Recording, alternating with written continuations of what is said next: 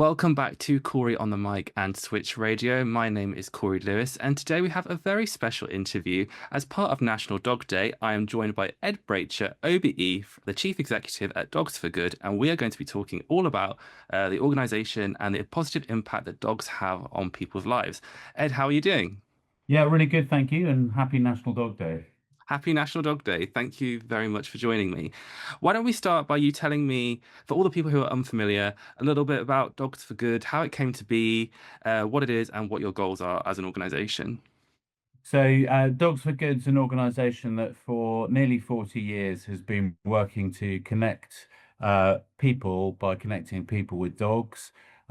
Originally, we started out working predominantly with assistance dogs, so those are dogs that help people with physical disabilities. And although the practical work the dogs do is really important, actually, what we found more is that the connection that those dogs create between people is probably even more valuable than the practical work. And increasingly now we are working in a range of settings, and our dogs are going into acute and clinical care settings, into residential care homes, into schools, and supporting people who've got a little bit more challenges in their life. And as I say, most of that is done by actually helping those people connect with the people around them, and support them to live a happier, healthier life. That's really interesting. And dogs are, known as man's best friend for a reason. One thing that really stuck out to me about Dogs for Good was the concept of the dementia workshops. Yeah. Are these workshops specifically for people who maybe had dogs prior to having dementia? Or explain to me the concept and how the dogs benefit the people with dementia. Yeah, then they're for anybody. So not necessarily someone who's had a dog previously in their life, but I think what very often happens as a result of dementia is people become very socially isolated, and that can happen in society more generally or within their own group, and they withdraw. And what a dog does is it comes along and it allows people to connect up. So particularly. For example, people will start focusing on the person and the condition, and they'll start focusing more on the fact that they're with a dog. Those of us who have dogs will know if you go for a walk with a dog, someone's probably more likely to give you the time of day and just acknowledge that you're there. So if you have dementia, that's even more important because it's probably more likely that people won't interact with you so well. And also importantly, it gives someone a safe and reliable thing to be able to talk about and focus on. So if you're feeling a bit nervous about being in a group or out and about, you can focus on the dog. I suppose that opens that door for social interaction, doesn't it? If you're feeling a bit awkward, it's kind of like, oh, you can focus the conversation on the dog, and then you'll find that you have things in common. Maybe if you're both dog owners in a park or something. So that's interesting.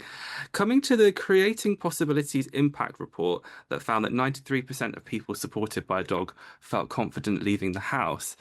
Obviously, we've spoken a little bit about social interaction and the benefits that dogs can bring through that.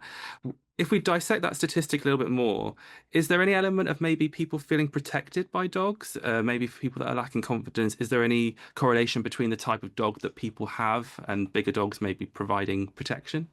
Well, I don't think I'm going to say I hope our dogs aren't providing physical protection for the people we work with. That's kind of not how we do it. But I think there is absolutely a case that actually by having a dog with you, you feel you've got a second being there that can provide some support.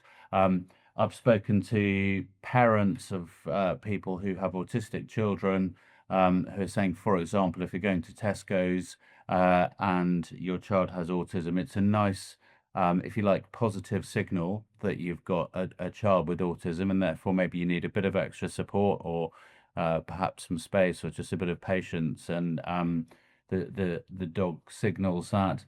I think also it allows people to know that there are certain physical things that they can do and get through, and that builds people's confidence. And so suddenly you start to feel more confident about just doing everyday tasks like getting on the bus, and suddenly you become more connected with your community.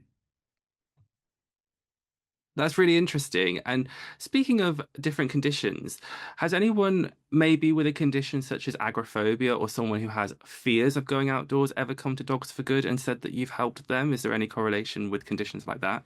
Yeah, absolutely. So there's a couple of examples. We have a someone who I know got their first assistance dog, Chester, from us last year. And after a year of having her dog, she sent us a whole lot of personal statistics about what the dog had enabled her to do. And there's some really powerful stuff in that about being able to show that before she had the dog, she rarely went out alone. Now she's going out regularly. She's going to the shops by herself. She's created that independence.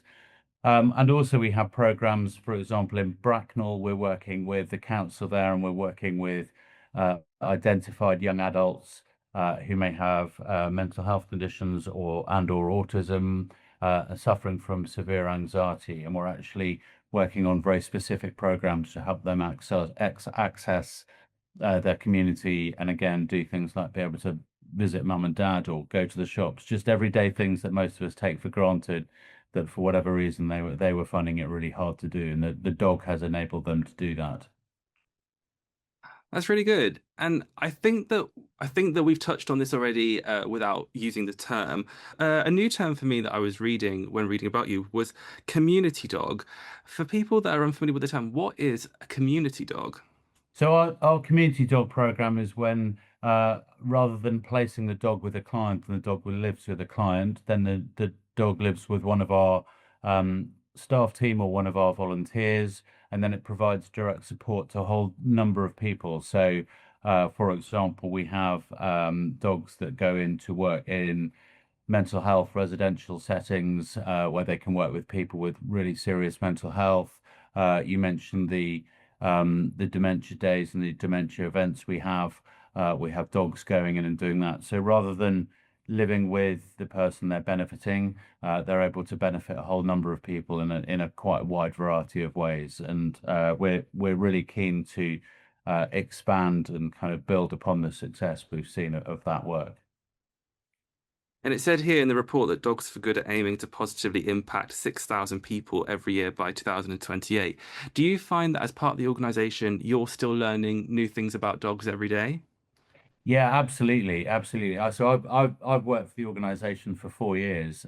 Lucky for me, and I still go home every night and bore my wife with something that I've learnt about today about dogs and about the way we can with work with people. And I think both our dogs and our staff and volunteer team are really adaptable and really creative. And I think one of the really exciting things is there are very few challenges I think that can't be at least partially or wholly addressed with the intervention of a dog. It's just a question of finding the way to do that.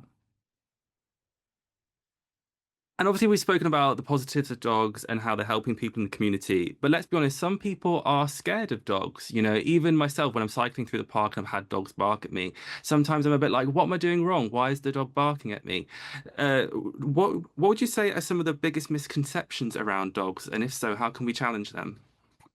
So yeah, no, we absolutely get that a dog isn't for everybody, and I think that's an important thing, a really important thing for us to acknowledge. And actually, interestingly, we do work with people who have dog phobia, and particularly where that affects some of our clients, and we can support that. I think I think one of the big misconceptions about dogs is that they're or that people are worried that as you say, the dog barking at you is necessarily doing so because it's aggressive. It could be for a whole number of different reasons. And I think those people who aren't necessarily particularly knowledgeable or confident around dogs can misinterpret that.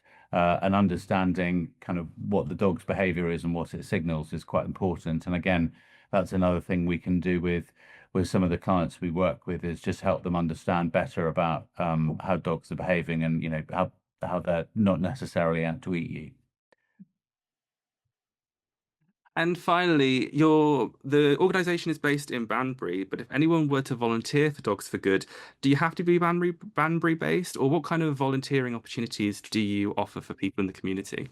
Yeah, no, you definitely don't have to be Banbury based. We work in a variety of different parts of the country, and we have a huge range of volunteering opportunities. Perhaps most importantly, we're always after volunteers to help socialise our puppies, so we can come along and give you an 8-week-old Labrador puppy, and you can look after it for 18 months for us. We do insist on taking it back, I'm afraid, but you can get really involved in the life of that puppy. We have opportunities to help us with fundraising and other ways of support, and an exciting opportunities as well for people with their own dogs to get involved and support some of the work in that community work that we are developing. So there's a huge range of opportunities out there. You just go to our website dogsforgood.org, and you can sign up, and you don't have to have a dog, and you don't have to know anything about dogs, but you can learn and get excited about what we do. And what you said about the puppies sounds like that could be quite a good taster for people. I know you said you have to take the puppies back, but that could give someone the confidence to maybe get a dog for themselves.